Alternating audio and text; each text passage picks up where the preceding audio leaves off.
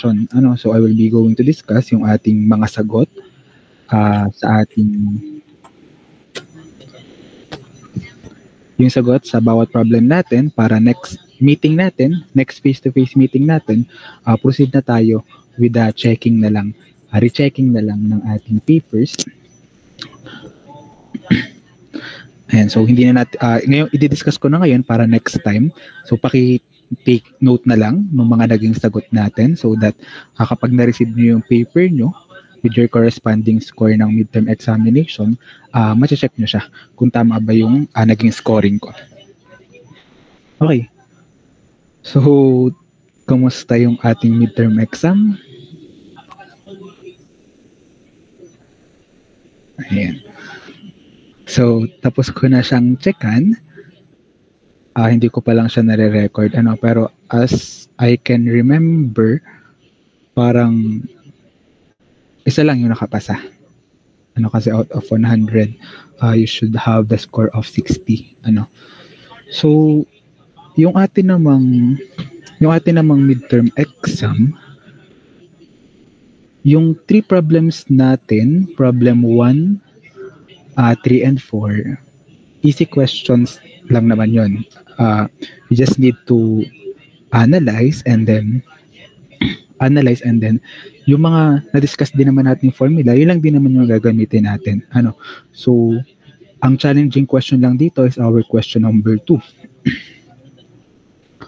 So, i-discuss muna natin yung ating mga problem dito.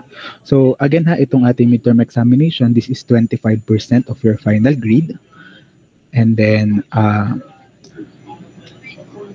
so ang mga pagbabawian pa natin, kasi nag-start na din ako mag-check nung ating mga activities sa classroom. So, meron lang doon na iba na hindi ko alam kung aware ba sila na ang pinasa nila is mga blanco na file. Siguro may maipasa lang.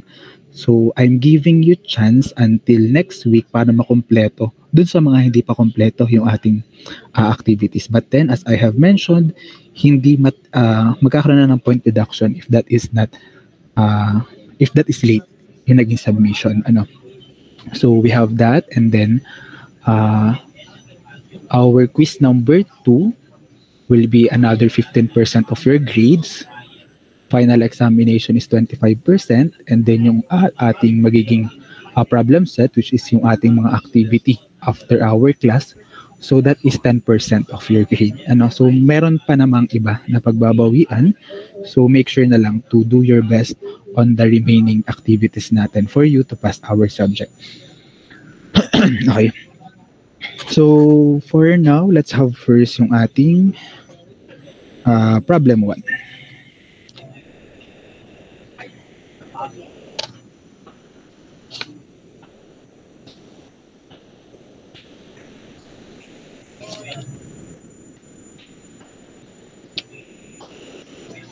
Okay, so for our problem number 1, parang halos walang nakakuha nito. As I can recall, ilan lang tumama in our problem number 1.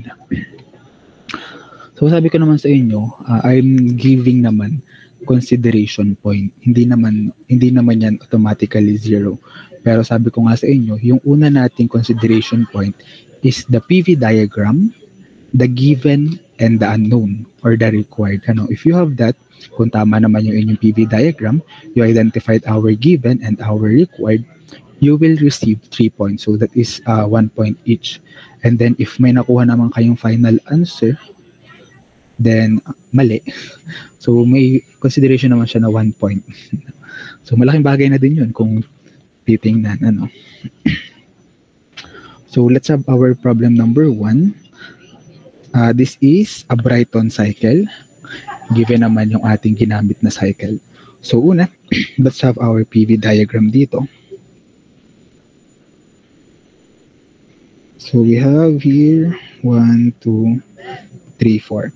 And next we have our given. Ano ba yung mga known values natin? So we have here 2,200 kilowatts. That is the net power. Ang power natin, as you can remember, ang power natin is ano yun?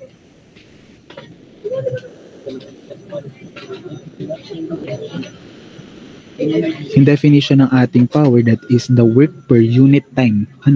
So we can use that also in our power. So for our given, binigay sa atin yung ating net power. Wait lang, nagkaka-error.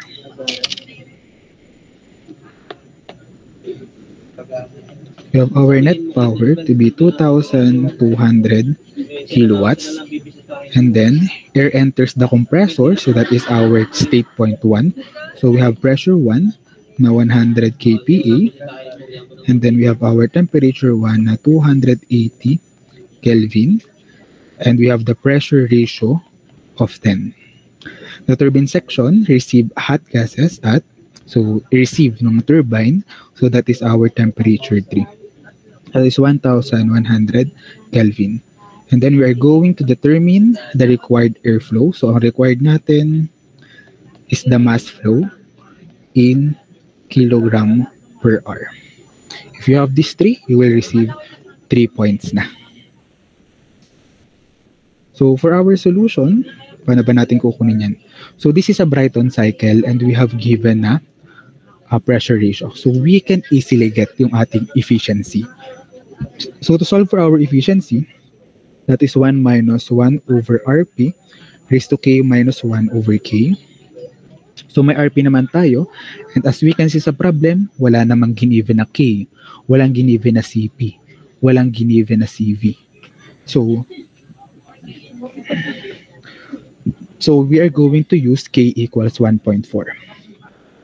So solving, makukuha nating efficiency dito is 0.48205 25321. Okay, so this is our efficiency. So next natin, let's have our heat added. Pero para makuha natin yung heat added, ang given natin is our T3 and T2. Kailangan natin kunin yung ating temperature 2. Kasi dito yung ating heat added, di ba? So to solve, kailangan natin makuha muna yung T2. So we can use the relationship ng ating temperature and pressure. So we have that is a constant pressure heat constant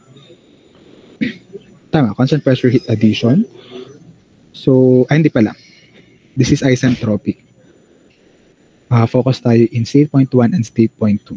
So that is T2 over T1 is equals to P2 over P1. So our P2 over P1, that is our pressure ratio. And given naman yung ating pressure ratio, raised to K minus 1 over K. Tapikik. Okay, so to get yung T2 natin, that is our T1 times Rp raised to K minus 1 over K. So we can easily solve yung ating T2, which is, that is 280 Kelvin, tama? Okay, 280 Kelvin, and then Rp natin is 10, and 1.4 yung K natin.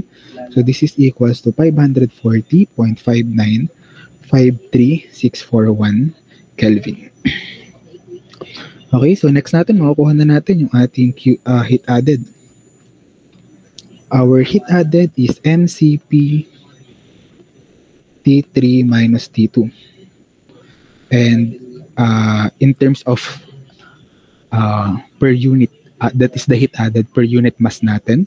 So let's transfer our M dito. Therefore, our answer will be in kilojoules per kilogram. So add ko lang ng slide.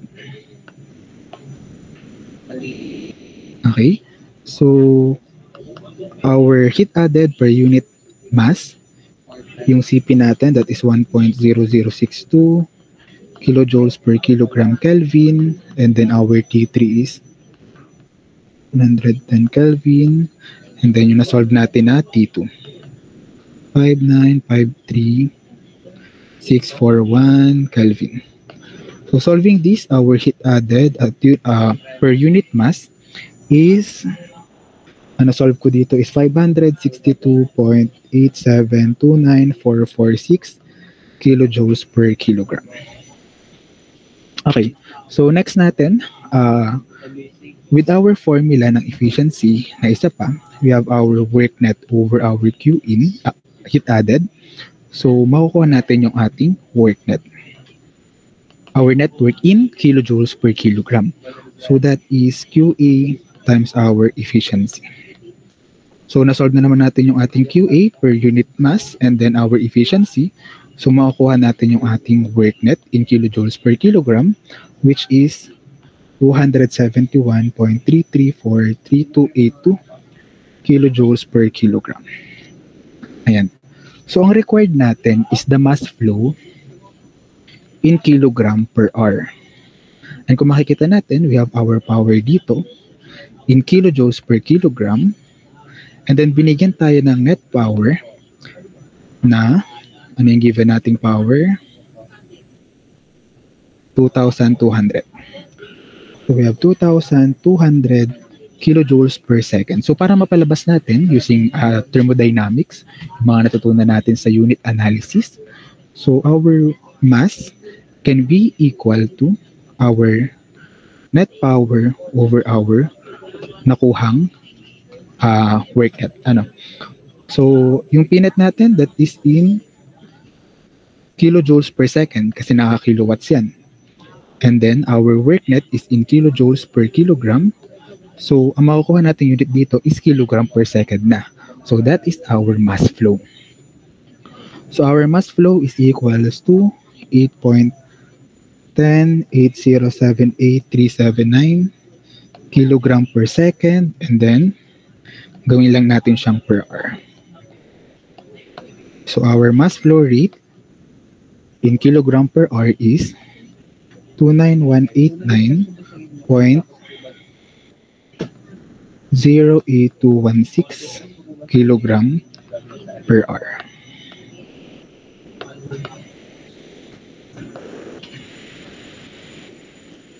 Okay, nakuha kung paano natin ginawa yung ating problem number 1. So, di ba, madali lang naman siya if you understand yung ating mga formulas na gagamitin. And also, this is simple unit analysis naman.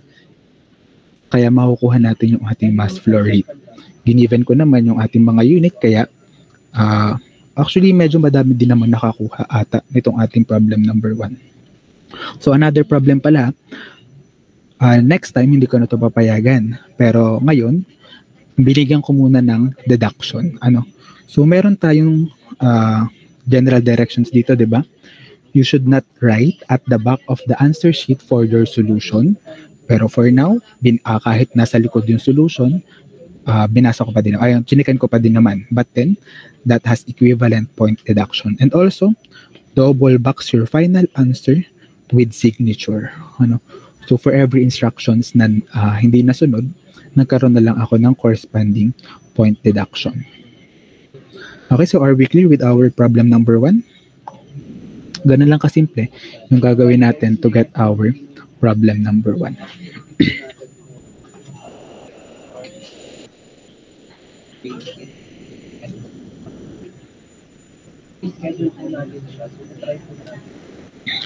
Excuse me.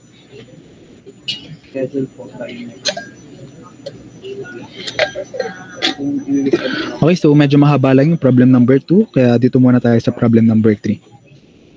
Para mamaya, last problem natin isolve yung ating problem number 2.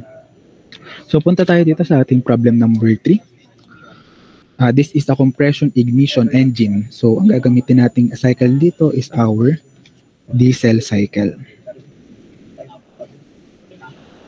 And then, so again, if that is a diesel cycle, that is a constant pressure heat addition and constant volume heat rejection. 1, 2, 3, 4. So ano ba yung given natin? Binigay dyan is the stroke and the diameter. So stroke daw natin is 250 mm. So in meters, that is 0.25 meters. And then we have the diameter. Yung diameter natin in internal combustion engine, in the cylinder of the internal combustion engine, that is our bore. Our bore is 150 mm. So that is 0.15 meters. And then we have the clearance volume. Ang clearance volume natin, that is also our volume 2. Diba? Based on our graph and our discussion, dati, our clearance volume, that is our V2.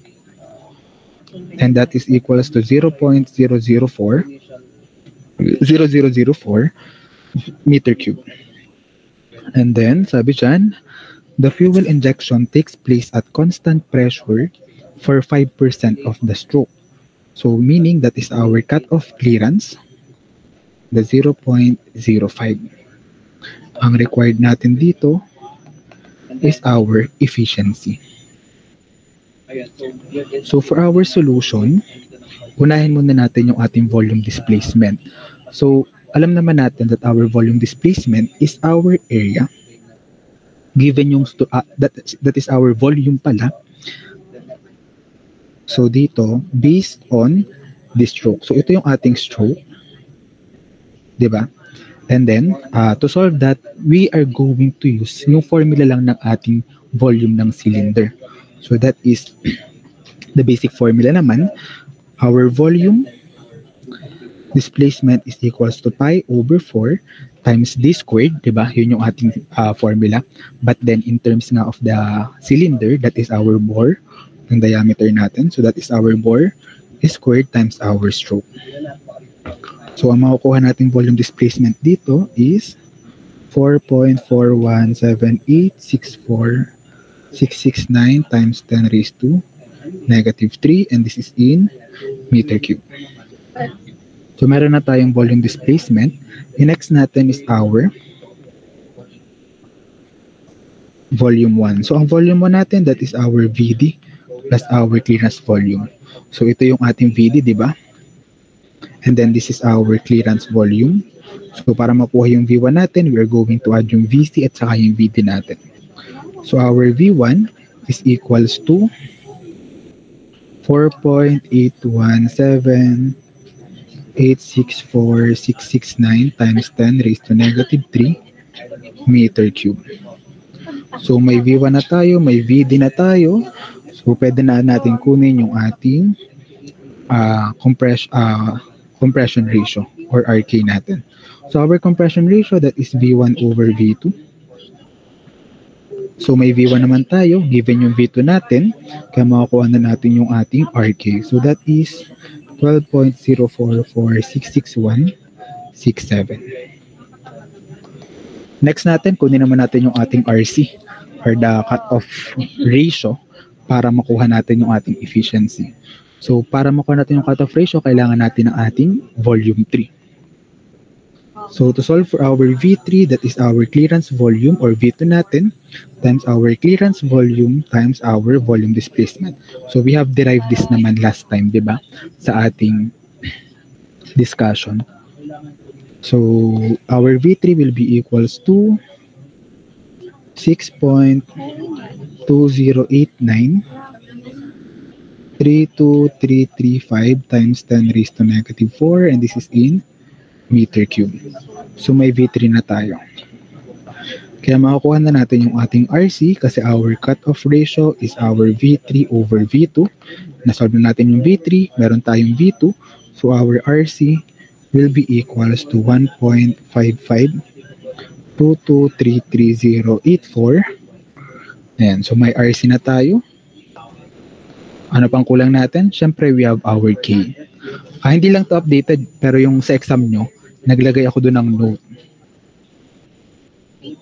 Ang nakalagay doon sa note is the value of our CP and our CV. So, yung CP natin is 1.005 and then our CV is 0.75. Okay, so I think mostly dito nagkamali. Kasi doon sa formula ng ating efficiency, ang ginamit nilang K is 1.4. But then, sinabi ko naman sa inyo, kapag binigay sa problem yung ating CP at CV, you are going to use those value para makuha yung value ng K natin. Ano? So, kukunin muna natin yung ating K. Yung K natin, which is equals to CP over CV. So, we have 1.005 over 0.75. Therefore, ang K natin is 1.34.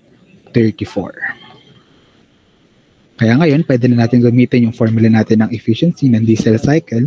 So this is 1 minus 1 over RK raised to K minus 1 times RC raised to K minus 1 over K times RC minus 1. So may RK, may K, may RC, may K naman tayo, so makukuha na natin yung ating efficiency. And the efficiency here is equals to 53.4674593%. Okay, so di ba, this is just basic formula naman, ano. So naintindihan naman yung ating problem number 3. And so kasi as I can see, kokonti lang yung nakakuha ng ating problem number 3. Iilan lang. Okay? So clear naman with our problem number 3 kung paano na-solve.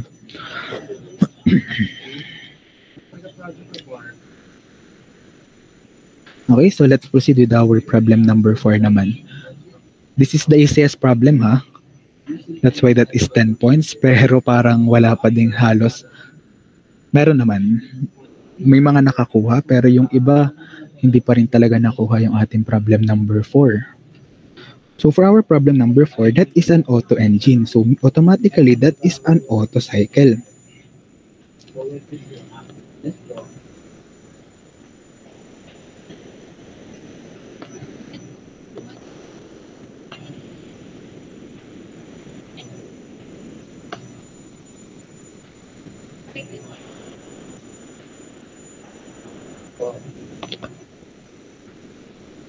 And then ba yung mga giniven sa atin? We have our clearance na 7%, so that is 0.07. And then, yung power natin is 300 kilowatts. Again, yung power naman natin, that is our work per unit time. Diba? So, pwede natin siyang gamitin as our work. At ang hinihingi naman sa atin, heat rejected in kilowatts. Ay, hindi pala to kilowatts. Binago ko to sa exam. This is in pound feet per minute yung hinihingi. Okay. So, for the solution,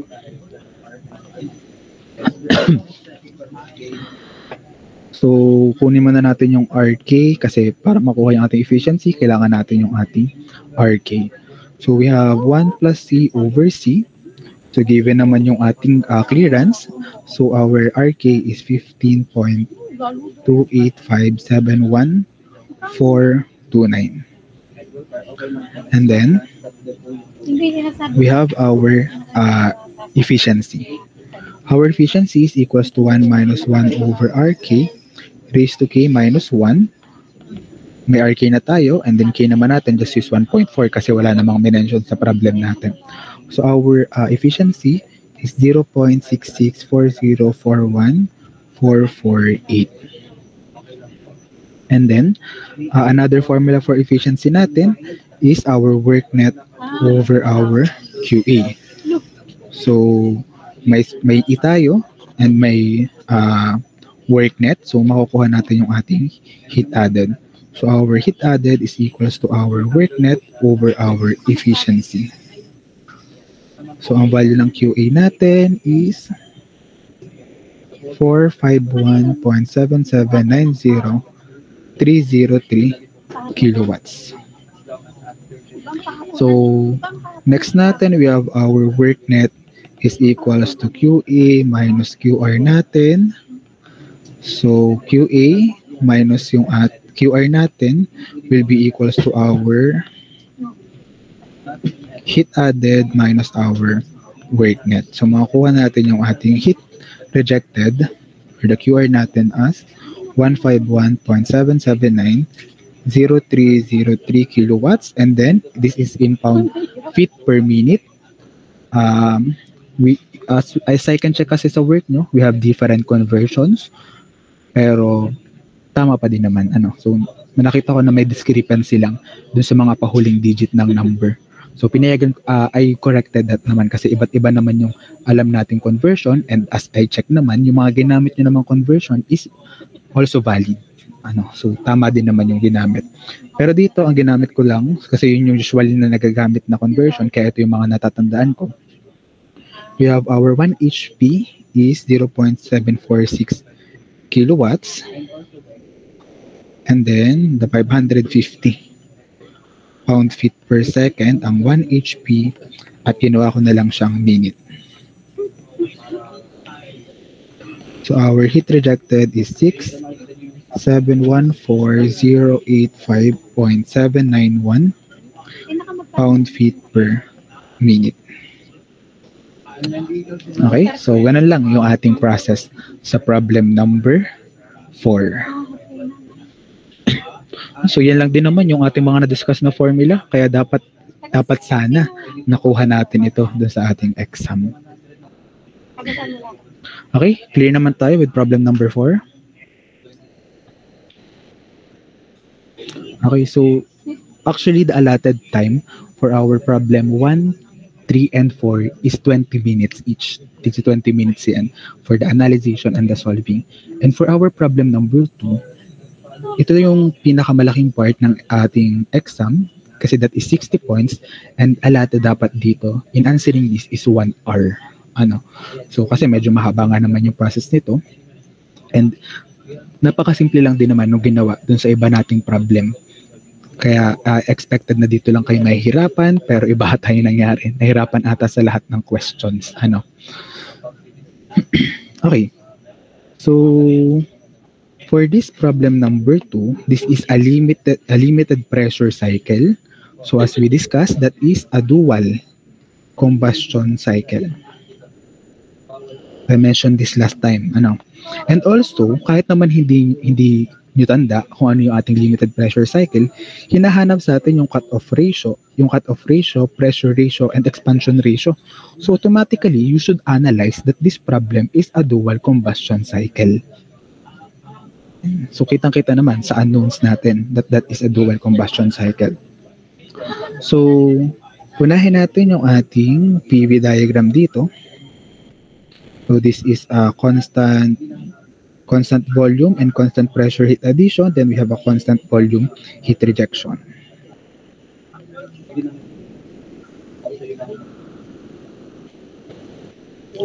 So we have here our QA, constant volume, QA, constant pressure, and then QR, constant volume. Okay, so ano ba yung mga given natin dito? So sabi dito, we have the temperature at the end of compression. So that is our T2. Is equals to 614 degrees Celsius. So in Kelvin, that is 887 Kelvin. And then we have our ratio ng maximum and minimum pressure. So that is our maximum pressure over minimum pressure is equals to 70.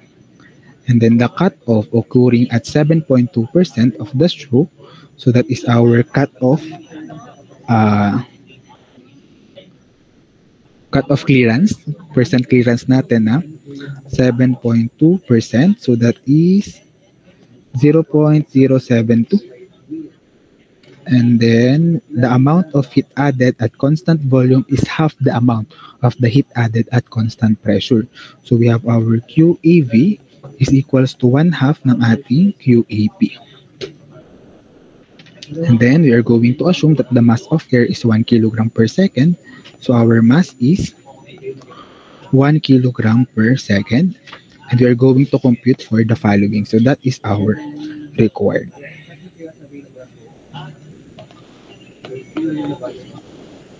Okay, so proceed tayo with the solution.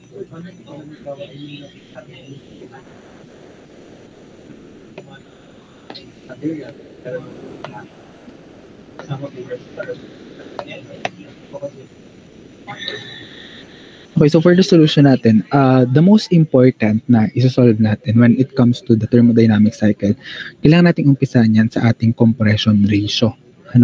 So, pero as we can look at the given, hindi natin agad-agad makukuha yung ating compression ratio based on the given kasi binigay lang naman dyan is the T2. We have the Pmax over Pmin or Pmax natin, that is the pressure 3 and 4 over our pressure 1 kasi our minimum pressure is 1. And then we have the cutoff ratio and the equation ng ating heat addition. Ano? So, paano natin ngayon i-solve yan? Yan yung pinaka-importante nating kailangang kunin. Ano? So, we have our compression ratio na V1 over V2. So, based on our given, ang pwede nating makuha muna na equation is our cut-off clearance and our pressure. Cut-off ratio and our pressure ratio. Ano? So, we have here, unahin natin yung ating cut-off clearance. Ano? Cut-off ratio pala. So, our cut-off ratio, that is V4 over V3 natin. And then, yung V4 natin, that is V3 plus our cut-off clearance times our volume displacement over our V3. So, i-simplify lang natin to. Same lang naman dun sa ating mga previous simplification. So, we have our V3 cut-off. Ang VD natin, that is our V1 minus V2, wherein yung V2 natin is equals to our V3. Ano? Kasi equal naman yung ating V2 and V3, and then yung variable natin ginagamit is V3. Kaya V3 na din yung gagamitin natin dito over V3. So using lang yung ating usual na ginagawang cancellation, ilalabas natin yung V3 para ma-cancel. Ang makukuha nating equation dito for our compression ratio, our cut-off ratio, is 1 plus 0.072 times our RK minus 1. Okay, so meron na tayong equation for our RC. And next naman natin yung ating pressure ratio. So we have the RP. Ang RP natin, as we discussed, that is the P3 over P2. So ang given sa atin is our Pmax over Pmin. So that is the P3 over P1, which is equals to 70. So paano natin papalabasin yung ating pressure ratio given this problem? Given this given.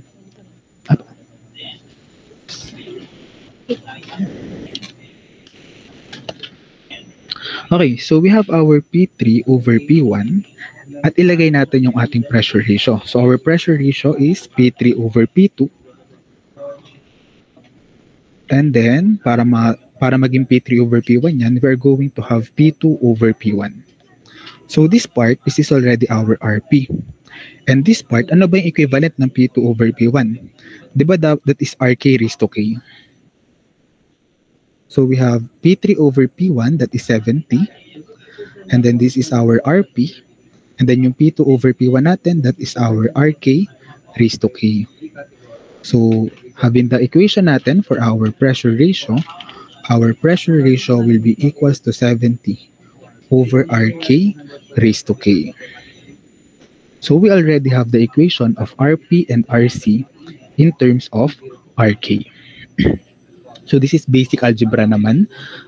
You should have the foundation naman talaga before taking this course. Ayan. So, ngayon, saan natin ngayon siya i-equate? So, madali natin siya ma-equate if we have our relationship ng heat added natin. So, we have our QAV is equals to 1/2 QAP natin. So, this is MCV T3 minus T2 is equals to 1/2 times MCP and then T3 over T2. Mali. T4 minus T3. Okay, so nasa sa inyo na naman kung paano isi-simplify ito, yung ating equation. Pero para mas madali lang, mas maigsi lang yung equation natin, ang ginawa ko na lang, di ba, cancel na yung mass natin dyan. And then yung CP at CV natin, gawin natin isa lang. Kasi di ba, CP over CV, that is our K. So our equation will be like this. T3 minus T2 is equals to 1/2 times K and then T4 minus T3. So, kunin mo, let's identify muna itong mga temperature natin using yung mga given pressure natin. That's why important na alam natin yung relationship ng pressure temperature to volume. So we have our T3 over T2. Ito yung ating pressure ratio. The relationship between the pressure and the temperature at constant volume heat addition natin. So this will be, yung T3 natin will be equals to T2 times RP. So this is our T3. And then, for our T4 naman, over T3, that is our cutoff ratio. So this will become T4 is equals to T3 RC, and then para iisa yung temperature natin, looking at this equation, kasi that is our main goal. Kapag nagagawa tayo ng equation, we must have a single unknown.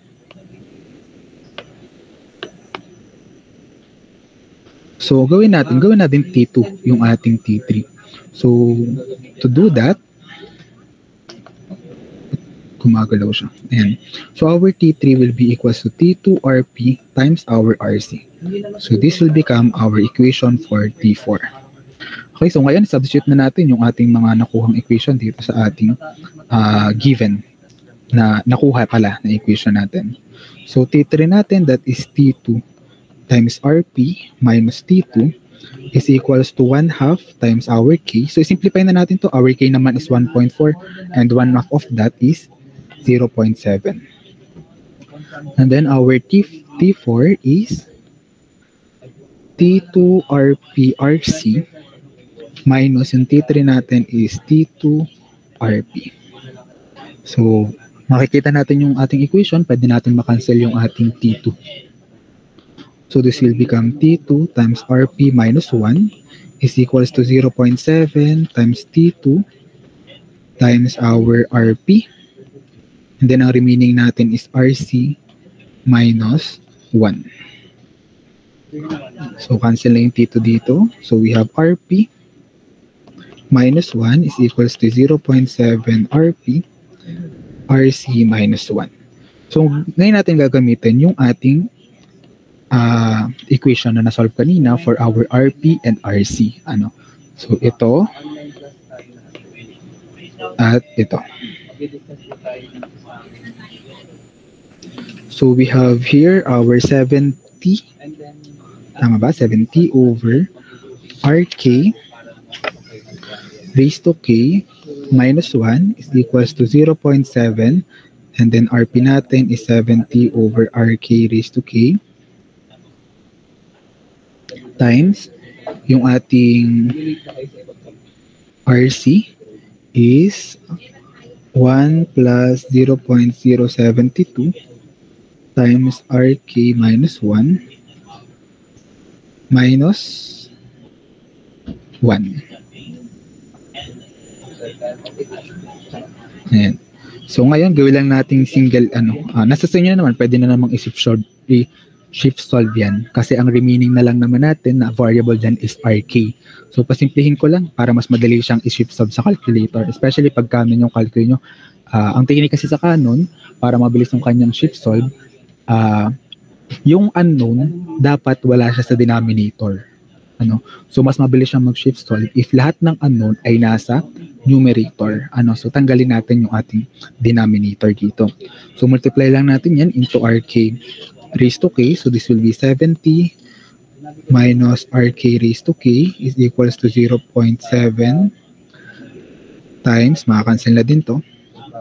So this is 70 times 1 plus 0.072 RK minus 1 minus 1. So, masasolve na natin yung RK dito. So, solve lang or kung nasa sa inyo naman, kung gusto nyo munang pasimplihin yung ating equation. So, RK natin will be equals to 11.83136487.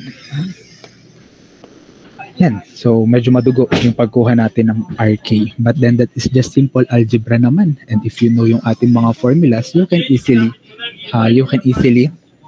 achieve this value of RK natin. So next natin, let's have our unknowns na. So una natin is the cutoff ratio. Nakuha na natin yung equation to be 1 plus 0.070 times RK minus 1. So our cutoff ratio will be equals to 177.1.779858271. And then we have our RP is equals to 70 over RK raised to K. So our RP will be equals to 2.202161943. So next natin is our expansion ratio. So we have different method naman kung paano kunin yung ating expansion ratio. But then if we can, this is the shortest way naman para hindi ko nakukunin yung ating mga temperature. But you can solve that using yung ginamit natin sa discussion. Pero we can also see that our RK is equals to RC times RE natin. Kasi naman that is V1 over V2 is equals to V4 over V3 times V5 over V4. Makakancel yung V4 natin. And then V5 naman natin is that is V1. V3 natin is equals to V2. So that is just the same. So makukuha natin yung ating RC using RE or the expansion ratio using this. So our expansion ratio will be equals to 6.64736.3479. So we have 1, 2, 3. So next natin, kunin natin yung ating mga heat added. So for us to solve yung ating mga heat added at constant volume and constant pressure, kailangan natin yung ating temperatures. So we have our temperature. Ang given natin is only the temperature 2. So kunin natin muna yung temperature 1 natin.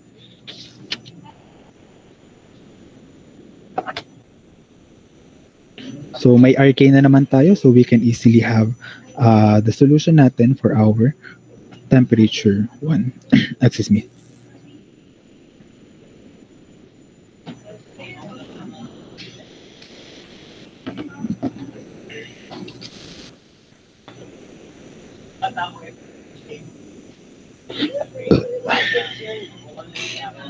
So we have yung ating T2 over T1 is equals to our RK raised to K minus 1.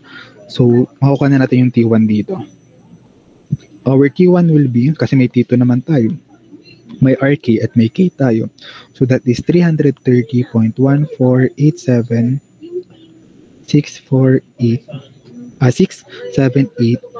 Kelvin. So that is our T1.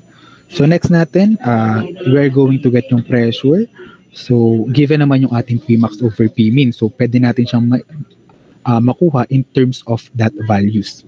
So we have our P2 over P1 is equals to our RK raised to K. So our P2 will be equals to P1 times our RK raised to K. So that is 31.78694474.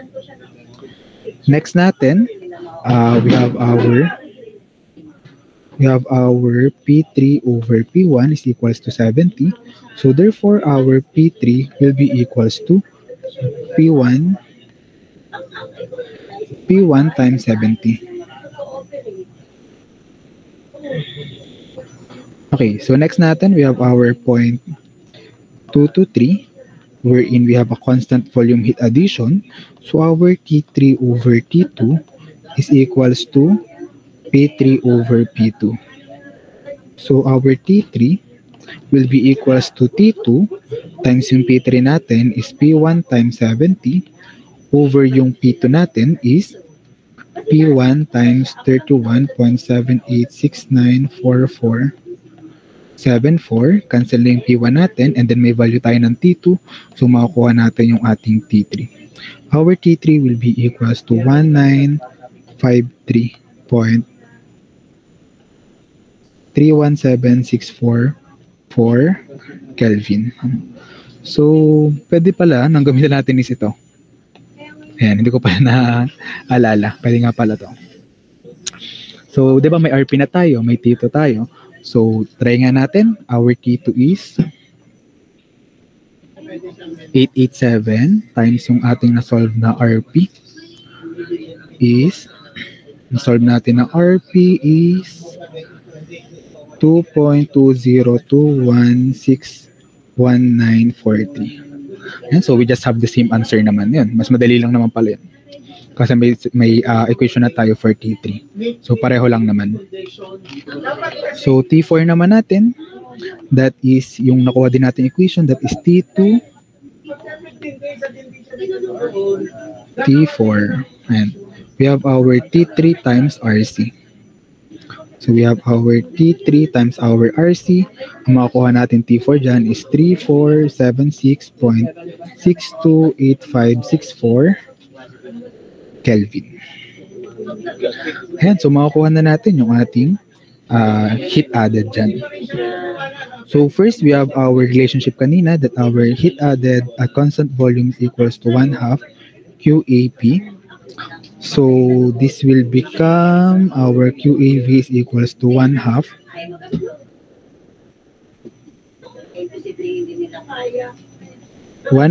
and then M, and then we have our CP T4 minus T1. T3 yan. Sorry.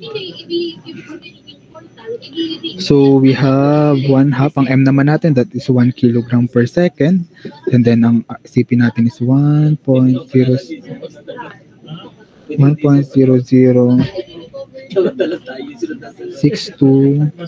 kilojoules per kilogram Kelvin. And then our T4 na nakuha minus yung T3 natin. So our QAV will be equals to 766.37777236 kilojoules per second. And then we have 1 kilowatt per 1 kilojoules per second, and then ang hinarap natin is HP. So 1 HP natin is 0.746 kilowatts. So our QAV is equals to, in HP, that is 1027.315983 HP. And then yung QAP naman natin, ito times 2 lang natin. So that will be 2054.631967 HP. So our QA total is 3081.94795 HP. So this is our another unknown. And then, yung atin namang kukunin is the QR or the Q rejected, that is MCV T5 minus T1. So, paano kukunin yung T5 natin? We have our T4 over T5 is equals to RE raised to K minus 1. So, our T5 will be equals to 1629.665693 Kelvin. So our QR is equals to 1250.741491 HP. So our E, or our efficiency, is QA minus QR over QA. So ang efficiency natin will be 59.41717669%. Okay, so that is all of the unknown sa ating problem number 2. So nakuha naman yung ating process and kung paano nakuha yung mga unknowns natin. So you just need naman knowledge in algebra, and you need to understand lang yung ating problem. So with that, okay ba? Naintindihan naman yung ating mga problems, and did you take note for the rechecking natin next meeting or next face-to-face meeting natin? Okay, so sige, do you have any question?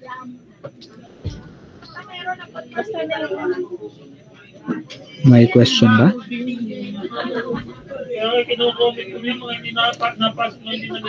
Okay, sige. If you don't have any other question, Next meeting na lang, we're going to proceed. Online muna pala, no? So proceed na tayo with the discussion ng next topic natin. So we are done with the processes and the cycles of the internal combustion engine, yung mga na-discuss nating thermodynamic cycles. So ang next chapter naman ng combustion engineering will be the handling naman ng ating fuels. So we're now going to proceed with the types of fuels natin, the solid, liquid, and gas fuels natin, and also the burning of hydrocarbons. So doon na papasok yung application natin ng chemistry nyo. So more on chemistry na yung magiging mga sunod nating lesson. I think it will be easier, mas madali kapag nagets nyo naman yung ating mga diniscuss. Okay, so do you have any other question, any concerns before we end the class?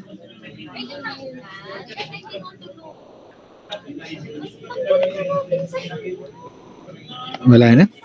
So if you don't have any other question, you can already leave our meet. Bukas nga, no, wala naman tayong klase dahil din sa engineering congress. So see you next week na lang on our next class. Wait lang pala, I will be having the screenshot muna for our attendance. Screenshot ko na lang tong meet natin. Okay, so kung wala ng question, you can already leave our meet. Thank you. Thank you po, sir. Thank you po, sir.